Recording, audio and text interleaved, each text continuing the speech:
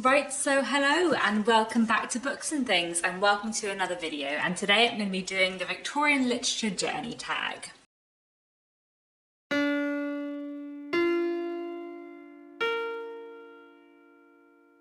So this wonderful tag has been created by Roz from Scally Dandling About the Books, one of my fellow Victober co-hosts. I'll link her video down below. And this tag was inspired by another tag, the Shakespeare Journey Tag, which was created by the hosts of Shaketember, Nicole from A Day of Small Things, Kelly from Books I'm Not Reading, and Jason from Old Blues Chapter and Verse. I'll link all their channels and their original tag video down below as well. Roz has tagged me in the Victorian Literature Journey Tag, but I was actually also tagged in the Shakespeare Journey Tag by Nicole from A Day of Small Things back in September, and I actually filmed a version of the Shakespeare Journey Tag and then didn't get around to editing it and posting it in September just because of various life stuff. So I might put up my Shakespeare Journey Tag in November, or maybe I'll refilm it and put it up in November explaining why it's not in Shaketember, or maybe I'll do it next September for Shaketember, I don't know. But anyway, I thought I would do the Victorian Literature Journey Tag during Victober, as I failed to do the Shakespeare Journey Tag in Shaketember. Anyway, after that long and rambling introduction, let me get into the questions. The first question is, what was your first experience reading Victorian literature and how was it? So I think probably technically I think I read The Water Babies as a child, which is a Victorian children's book. I don't remember anything about it at all, but I think technically that would probably be the first Victorian book I read. I also didn't read, but saw a stage adaptation of Great Expectations done by the RSC when I was about 12, and that made a really big impact on me. Like, I remember absolutely loving that. But the first Victorian book that I, read and loved, and the book that got me into Victorian literature was Jane Eyre. And I've definitely told this story before on this channel. I've definitely said before that this is the book that got me into Victorian literature, and it really was. So when I was, I think 13, there was a screen adaptation of Jane Eyre with Ruth Wilson and Toby Stephens in, a TV miniseries. It was great, and my parents wanted to watch it, so because I was 13, I watched it with them, and I loved the first episode so much. And so my mum gave me a copy of Jane Eyre and said, well, why don't you read it? And then I read Jane Eyre between the first episode and the second episode, and went into the rest of the miniseries knowing the story. And I just absolutely fell in love with Jane Eyre, and that began me on a big old Victorian literature journey. After reading Jane Eyre by Charlotte Bronte, I went on to read North and South by Elizabeth Gaskell, and then after that I read Our Mutual Friend by Charles Dickens, and then after that I just read all of the Victorian literature that I could find. And I spent most of my teenage years reading 19th century literature and nothing else. So that is my kind of origin story with Victorian literature. Jane Eyre was the book that got me into Victorian literature because of that mini-series. And one thing that I also wanted to say, which I thought was really fun, is I watched Roz's video, her Victorian Literature Journey Tag, which she made with her daughter Tilly from Tilly's Shelf, and Tilly interviewed her in that video. And then they did the tag again over on Tilly's channel with Roz interviewing Tilly and asking her all the questions. And when Roz asked Tilly what her first experience reading Victorian literature was, Tilly told exactly the same story that I have just told, saying that she was watching the miniseries. She really enjoyed the first episode, so her mum, Roz, gave her a copy of Jane Eyre, and she read it all before the second episode. And I just thought that was so delightful. I just thought it was really, really nice that we both have like the same story of how we got into Victorian literature. And I think Tilly and I are like more or less the same age. And it just made me think, like, maybe that's lots of people's origin story with Victorian literature. Maybe this adaptation of Jane Eyre got tons of people into Victorian literature. I love the idea that there were just like teenagers all over the country who watched that first episode and then got a copy of Jane Eyre off their parents. That's a really nice thought. Anyway. Question 2 is, has the reading of a Victorian book ever brought you to tears? If so, tell us more. Many times. As a reader, I cry a lot. Like, I cry at books constantly. I feel like I probably cry at the majority of books I read. Is that true? Not necessarily like full weeping, but I feel like I have tears in my eyes like the majority of books I read. I just cry a lot. And I think I've read like around 250 Victorian books now. So Definitely cried at quite a lot of them. I have cried at many sad death scenes in Victorian literature, of which there are a lot. And I feel like I have cried with happiness at the greatness of some Victorian books. I think the Victorian book I have probably cried the most at is probably Dombey and Son by Charles Dickens, which I love a great deal. It's one of my favourite books of all time, and there are many bits in it which make me cry a lot. So yeah. That's probably the one that's made me cry the most. Question 3 is, are there any people who have played a significant role in your Victorian literature journey? So definitely I think the person who's played the biggest role in my Victorian literature journey would be my mum. I mean, both my parents definitely have played a big part in my journey as a reader as a whole, and at some point, if I ever put up my Shakespeare Journey video, my dad has played a massive role in getting me into Shakespeare, but my mum definitely played a very big role getting me into Victorian literature. Like I said, my mum was the one who gave me Jane Eyre, but she also recommended me Charles Dickens. In fact, she recommended I start with Our Mutual Friend, which is her favourite Dickens and my favourite Dickens, my favourite book of all time. She recommended me Gaskell books, Trollope books, Hardy books, Wilkie Collins books. You know, there were always a lot of copies of Victorian books in my house growing up, so when I got into Victorian literature, there were a lot of books there for me to choose from. I think especially when I was a teenager, a lot of the Victorian reading I was doing was very much guided by my mum's advice, or by I read one book that my mum recommended me, and now I'm going to read everything this author wrote. This feels slightly random, but two people who were very important in my Victorian literature journey as a teenager would be Andrew Davies and Sandy Welsh, who are two screenwriters, and in the 1990s and 2000s they were adapting lots of Victorian books to screen, and a lot of my favourite adaptations of Victorian literature were written by these two people, and a lot of these adaptations were how I got into Victorian literature, either because I would watch the adaptation first and then I would read the book, having a sense of the plot and knowing that I enjoyed the story, or because I would know there was a new adaptation coming out quite soon, so I'd read the book really quickly before it came out, which I remember doing for Little Dorrit and Cranford and things like that. So I feel like some of my Victorian reading as a teenager was definitely dictated by which books Andrew Davies and Sandy Welsh were adapting to screen.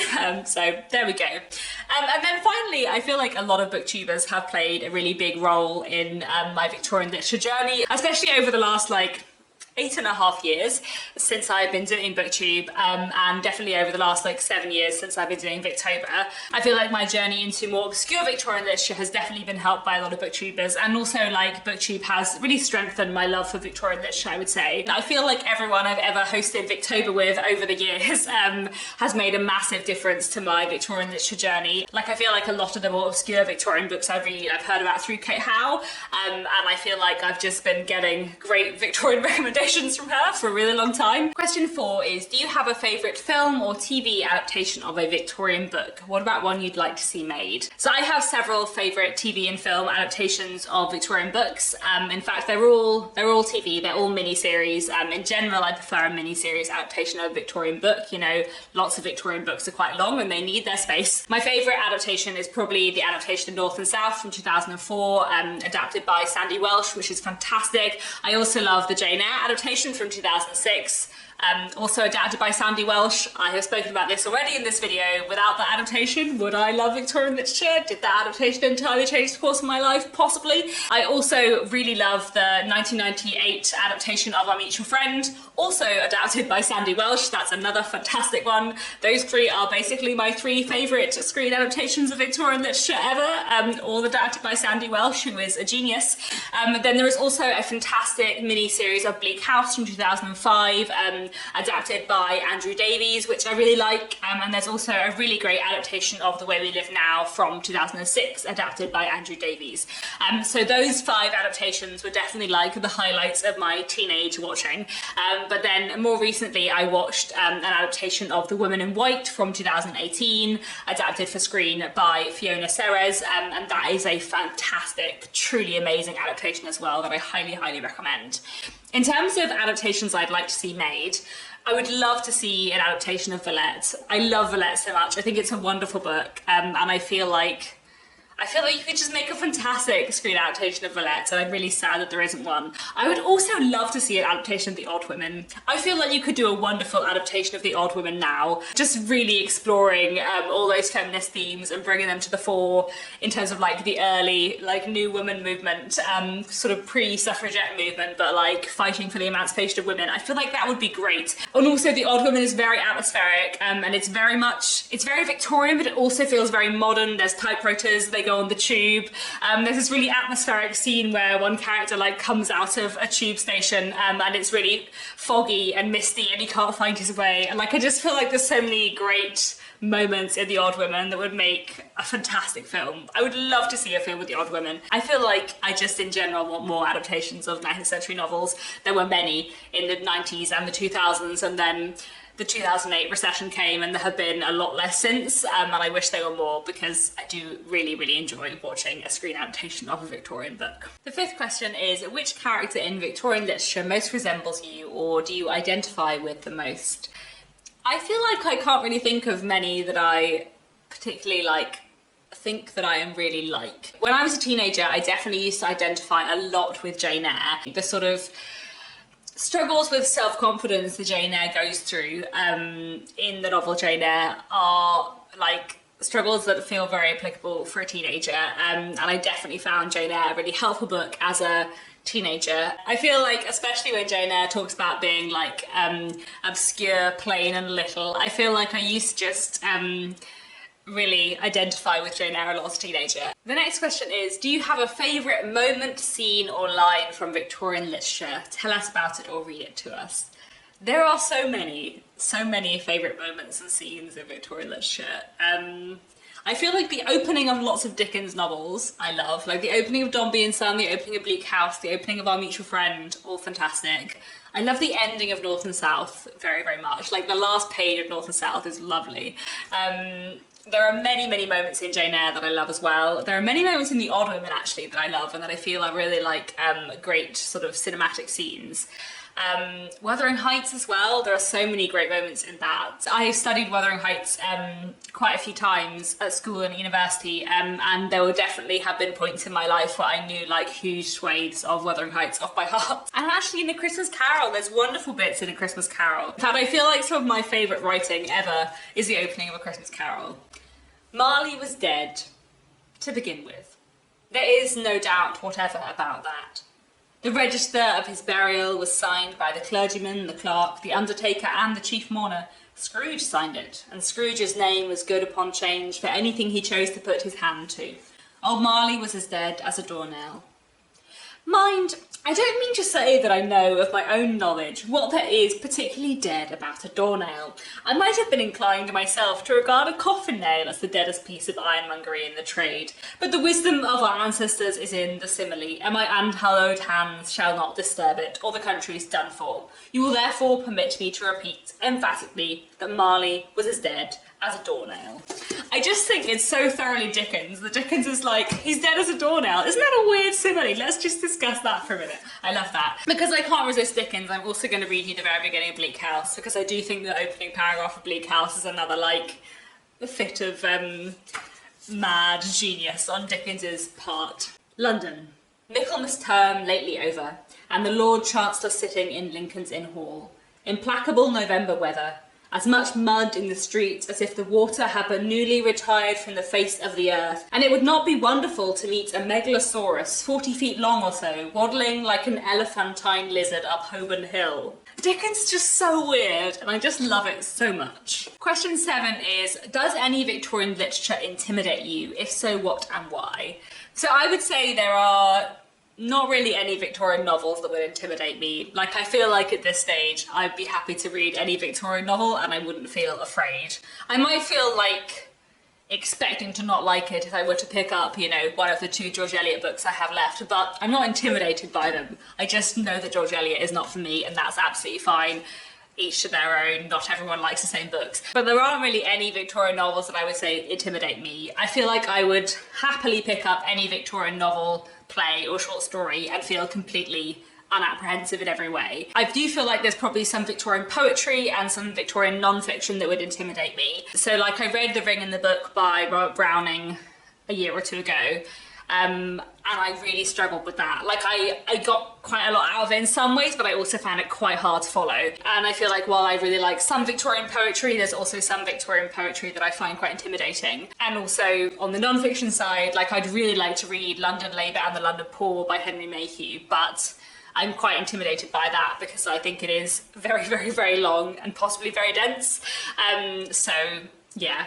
I'm not really intimidated by any Victorian fiction now, but poetry and non-fiction maybe a little bit. Question 8 is, what tips would you give to someone early on in their Victorian literature journey? So I have many tips. I think I have done a whole video with tips for getting into Victorian literature, which I'll leave down below, but a few tips here in this one. One tip I always give is go for Victorian books that like equate to modern genres you like. So if you like thrillers, read sensation fiction. If you like mysteries, read some Victorian detective fiction. If you like literary fiction a lot, you know, try George Eliot.